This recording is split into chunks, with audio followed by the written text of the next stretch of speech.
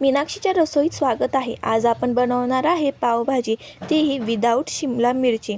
त्यासाठी आपल्याला लागणार आहे वाटाणा, बटाटा, कांदा, फ्लावर, टोमॅटो आणि गाजर। गाजर हे आपण अर्धच वापरणार आहे। गाजर हे चांगल्या प्रकारे साळून घ्यायचं आहे। त्यानंतर बटाटाही साळून घ्यायचे आहे। इथे मी 3 ते 4 बटाटे वापरले आहे। सगळे बटाटे हे बारीक कापून घ्यायचे आहे।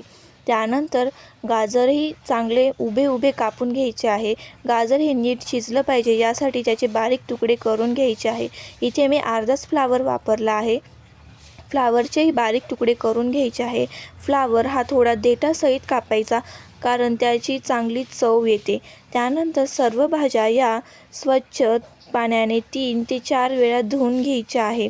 भाज्या या धुवून झाल्यानंतर त्यात वाटाणा मिक्स करायचा आहे, परंतु वाटाणा हा अर्धाच मिक्स करायचा आहे आणि अर्धा वाटाणा हा आपल्याला भाजीसाठी वापरायचा आहे।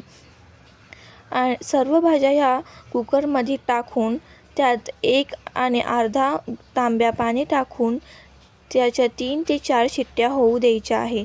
भाज्या या चांगल्या शिजल्या पाहिजे यानुसार शिट्ट्या करायच्या आहे। त्यानंतर पेस्ट बनवण्यासाठी उभा कांदा आणि टोमॅटो, बारीक चिरलेला कांदा आणि टोमॅटो, आलं लसूण पेस्ट, वाटाणा वापरायचा आहे।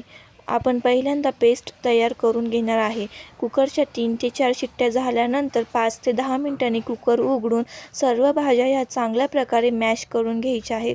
जर तुम्हाला भाज्या या अर्ध्या सगळ्या आवडत असतील तर तुम्ही भाज्या तशाच ठेवा, नाहीतर पूर्ण मॅश करून घ्या।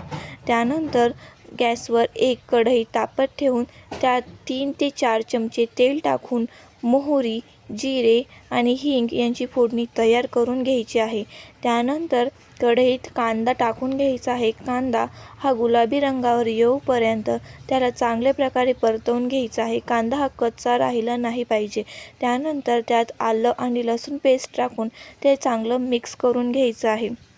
कांदा हा चांगला परतवून झाल्यानंतर त्यात टोमॅटो टाकायचा आहे। टोमॅटोही चांगलं तेल सुटोस्तर त्याला परतवून घ्यायचं आहे। टोमॅटोला चांगलं शिजवू द्यायचं आहे। टोमॅटो कच्चा राहिला नाही पाहिजे। त्यानंतर त्यात कांदा आणि टोमॅटो पेस्ट मिक्स करून घ्यायची आहे। त्या पेस्टलाही चांगलं परतवून घ्यायचं आहे। त्यात वाटाणे टाकायचे आहे आणि 1 आणि अर्धा चमचा मीठ टाकून ते चांगलं मिक्स करून घ्यायचं आहे। या पूर्ण पेस्टला चांगलं तेल सुटू द्यायचं आहे। 3 ते 4 मिनिटं त्याला झाकून ठेवायचं आहे। त्यानंतर त्यात लाल तिखट, हळद आणि पावभाजी मसाला मिक्स करून टाकून ते सगळं मिक्स करून घ्यायचं आहे। गाईज, हा माझा पहिला लॉंग व्हिडिओ आहे, त्यामुळे मला थोडं व्हॉइस ओव्हर करायला जमत नाही आहे, त्यामुळे तुम्ही मला समजून घ्या। त्यानंतर आपण बनवलेला हा मसाला मॅश केलेल्या भाज्यांमध्ये टाकून घ्यायचा आहे। कुकर हा गॅसवर ठेवून घ्यायचा आहे। त्यात ताजी कोथिंबीर टाकून घ्यायची आहे आणि भाजी ही उकळून घ्यायची आहे। त्यानंतर त्यात घरी बनवलेलं बटर मिक्स करून घ्यायचं आहे आणि आपली भाजी तयार आहे। नक्की ट्राय करा आणि मला सांगा कशी झाली।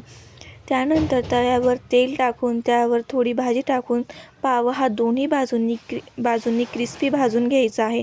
आपली पावभाजी तयार आहे। Like, share,